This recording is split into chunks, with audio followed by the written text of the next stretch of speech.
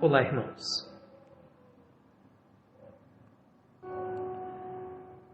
João capítulo 5 e o versículo 14 diz assim: Mais tarde, Jesus o encontrou no templo e lhe disse: Vejas que estás curado.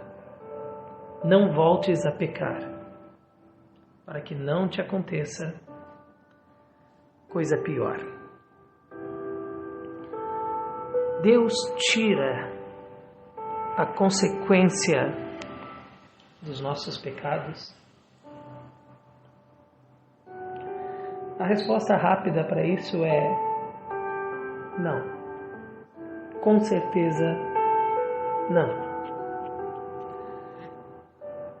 Tudo que nós fazemos neste mundo, seja com um objetivo ou não,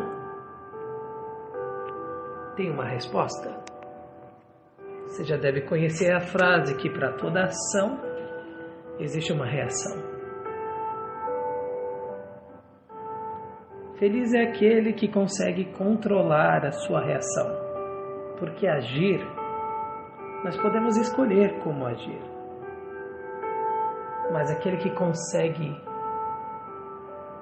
controlar como reage, esse, de fato, tem a ajuda de Deus. Por que você está dizendo isso, Thomas? O que isso tem a ver?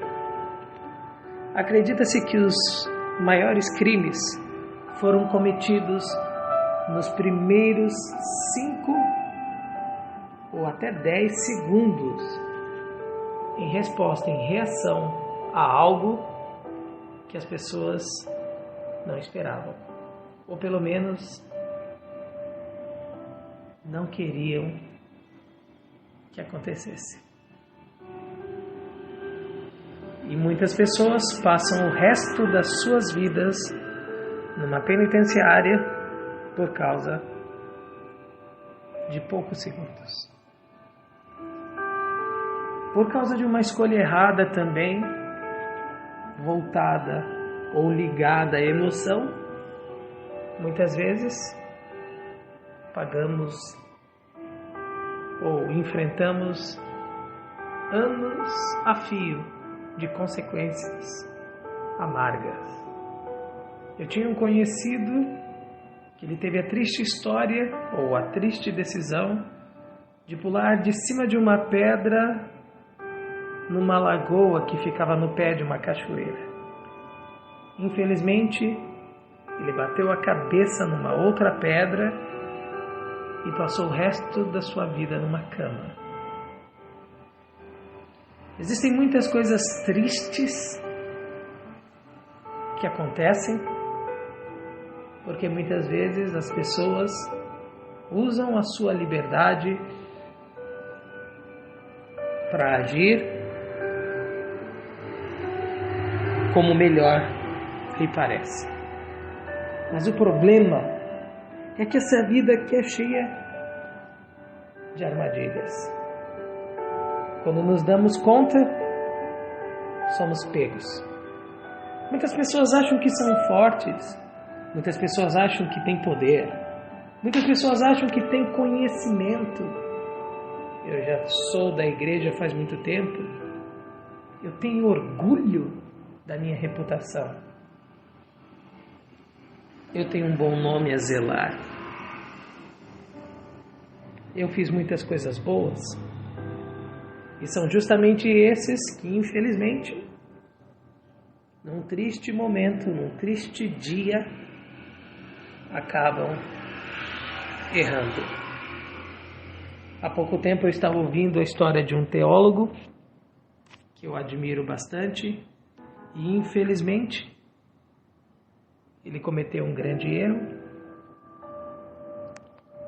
e depois chegou a planejar e quase executar o suicídio. Como uma pessoa vai parar neste ponto? Consequências? A consequência ou as consequências muitas vezes não são calculadas. Nós simplesmente agimos. E aí é que mora o problema. Porque a nossa reação, como eu já disse, o nosso problema imediato, ele só precisa ser resolvido ali e no momento. De repente, depois de um tempo, como diz o ditado popular, o sangue já se esfria, nós racionalizamos a nossa reação, nós filtramos aquilo que nós faríamos, nós simulamos como isso iria ser bom ou ruim para nós. Também se diz que a raiva passa, e aí nós percebemos que o melhor, muitas vezes,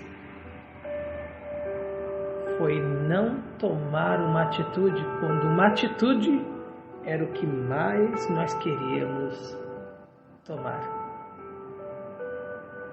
Mas aí que está, o pecado ele sempre nos traz convites, oportunidades. Ele sempre nos traz ofertas. E isso é ruim, porque quando nós aceitamos, muitas vezes, nós podemos destruir completamente aquilo que nós mesmos prezamos como bom. De repente, você que me ouve aí, está com vergonha do que fez, ou do que está fazendo. De repente, você está hoje preso numa situação que nunca pensou que estaria. De repente você já pediu para Deus até mesmo a morte, para poder se livrar da sua realidade. E o texto que nós lemos hoje, se você olhar no capítulo 5 de João, você vai acompanhar a história de um homem que ficou 38 anos numa maca, aleijado. Você sabe o que é isso? Você entende o que é isso? 38, para você que não sabe, é mais tempo do que eu tenho de vida. Então é incompreensível para muitos de nós. Mas a verdade é que Jesus apareceu. E Jesus teve misericórdia daquele homem e o livrou de algo terrível, que era a paralisia, que era a impotência, a angústia, o sentimento de que Deus não se importava com ele. Ele chegou a dizer para Jesus que não tinha ninguém por ele. Muitas pessoas eram curadas naquele lugar onde ele estava, que era o famoso tanque de Betesda. E Jesus diz: queres ser curado? E eu faço a pergunta para você hoje. Você gostaria de deixar de cometer os mesmos erros? Deixar de cair no mesmo lugar? Deixar de ser vítima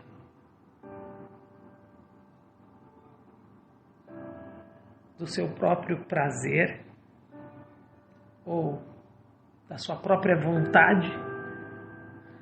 Jesus hoje está aqui para ajudar você. Ele chegou na sua e na minha vida